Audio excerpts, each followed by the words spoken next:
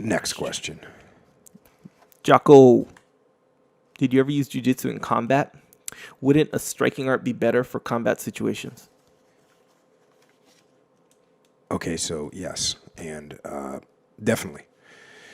This is one of the things where I was actually, I read things about this and people say, well, no, I mean, why would a SEAL ever have to use, hand-to-hand combat? They have a rifle, they have a pistol, they've got buddies with them. So if you have to use your hand-to-hand combat, you've done something wrong. And that's actually completely wrong because, it's very simple. You go into a room where there's people in there and none of them are armed and you have to get control of them. You can't just start shooting people. You're going to have to get control of them. Right. So how do you get control of them? Well, again, how does striking give you control of someone? Right. The answer is it does not. Yep. Unless you have a miracle touch that you can just knock people out with one touch and then you can handcuff them. Boxers don't knock each other out consistently. It's very difficult to knock someone out. And so this idea that, striking is better, you absolutely have to know how to strike. But striking is a very inconsistent way to get control of somebody. Very, very inconsistent way of controlling people. And actually, the sad thing is that striking is the most traumatic to the person that you're applying it to. And, we used to do something, or we were taught something called a muzzle strike, right? Where you'd basically hit the person with the muzzle of your gun. And the people that were teaching it would be like thinking that just stopped people. Like, you give them one good muzzle strike because it does. It seems like, a muzzle is a very small point of impact. And you think, if I put all my force behind this small point of impact, man, that's really going to, hurt somebody and take them down. And I saw hundreds of muzzle strikes, and they're really brutal. And what they do is they cut you. They cut you open very badly. I saw a lot of really bad cuts. With what, like with rifle? With a rifle. And but they seldom did they actually knock the person out. Yeah. So what do you do then? You muzzle strike them again. And then what do you do after that? You muzzle strike them again. And what do you do? So you end up just beating them. Dang. But it's a harsh beating because you're using a pretty sharp muzzle of a weapon, which is cutting them open. So it's not the best. Whereas if someone can get control of somebody in a grappling type scenario, get control of them, clinch with them, take them down quickly, you can get control of them very quickly, and they feel it. And they resist less because they kind of feel owned. Right. And they also don't feel like you're hurting them. Yeah. Whereas when you're striking them in the face, man, what's your natural reaction if I strike you in the face? You're going to put your hands up. Well, if you put your hands up, maybe you're trying to attack me. Now I got to hit you even harder. So it's kind of a bad deal. So yeah, and then once you get a person on the ground, obviously, the more you know, the better you're going to do. And that's why it's good. It's good to have that well-roundedness, but you definitely want to you definitely want to have a good ground game. You want to have good striking too, of course. But the jiu-jitsu and the ground game is very important because you've got to control people.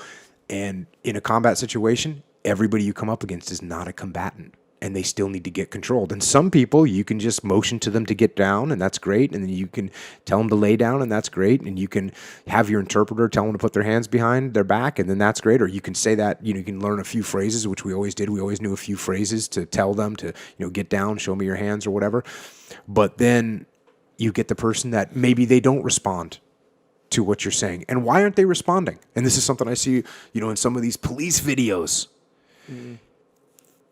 When I yell at you, get down. Well, you might be scared. You might not know what I'm talking about. You might have headphones on. You might be deaf. You might just be frozen with fear. Yeah. You might be a bad guy. You might be getting ready to run. All those different things. Mm-hmm.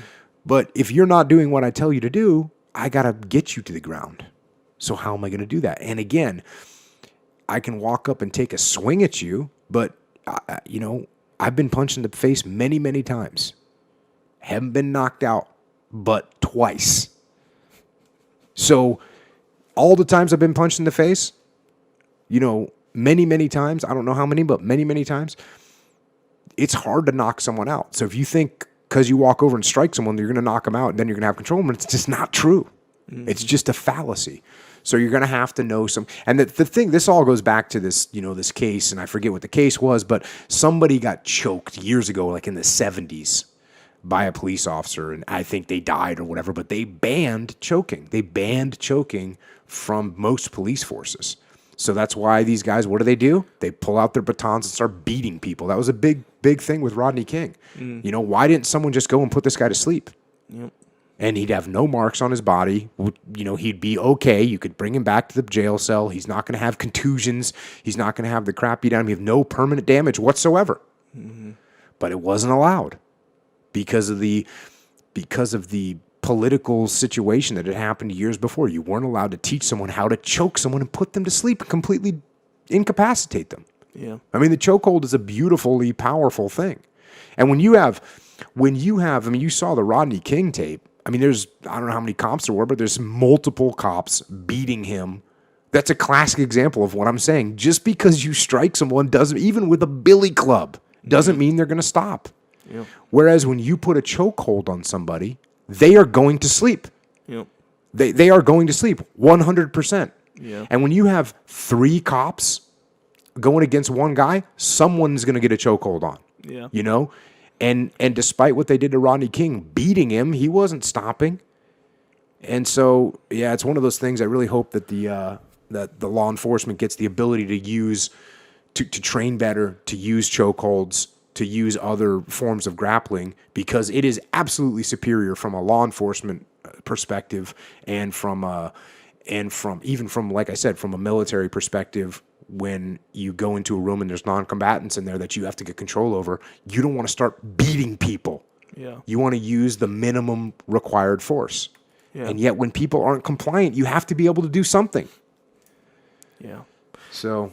Yeah, the minimum required force, that essentially makes striking obsolete if you're trying to approach it that way. Or if that's the regulation, Yeah, striking, but even if it's not the regulation, if you're a human, yeah, and you've got a woman that is scared or doesn't speak your language or is petrified or whatever the case may be, your answer is to strike her in the face. Right. And what does her husband do when you strike her in the face? Yeah.